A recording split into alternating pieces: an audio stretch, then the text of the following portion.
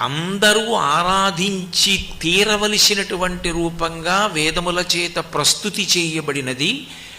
తెలిసినా తెలియకపోయినా, పండితుడైనా పామరుడైనా, స్త్రీ పురుష, పండిత పామర కుల మత వివక్ష లేకుండా అందరూ ఆశ్రయించేది ఆరాధించేది ఎవరిని అంటే అమ్మ రూపంగా పరదేవతని ఆరాధన చేస్తాడు.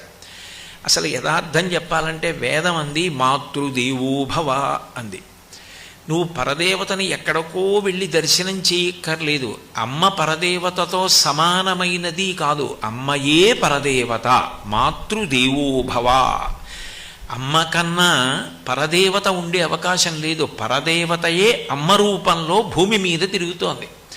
జగద్గురువులైనటువంటి శంకర భగవత్పాదులంతటి వారు మాతృకాపంచకం చేస్తూ అమ్మ రూపంలో పరదేవత ఉంది కాబట్టి ఈ సృష్టి నడుస్తోంది. బిడ్డ పుట్టగానే తండ్రి ఎన్ని కోట్లకు పడగలెత్తిన వాడైనా పోషించలేడు. పాలిచ్చి పోషించేది అమ్మ, స్థితికర్త.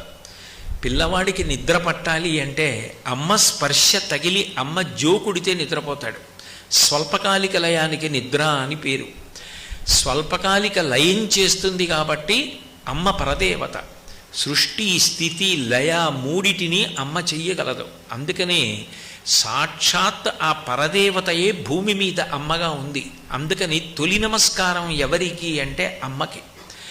అటువంటి అమ్మ దుర్గమ్మగా వెలిసి ఉంది. కొన్ని చోట్ల మీరు అమ్మవారి యొక్క స్వరూప వైశిష్ట్యాన్ని పరిశీలనం చేస్తే అవి సాక్షాత్ పరబ్రహ్మస్వరూపిణిగా ఉంటుంది. అంటే ఆమెయే సృష్టికర్త, ఆమెయే స్థితికర్త, ఆమెయే ప్రళయకర్త. అప్పుడు ఆమె ఇవ్వలేనిదన్నమాట అన్వయం కాదు.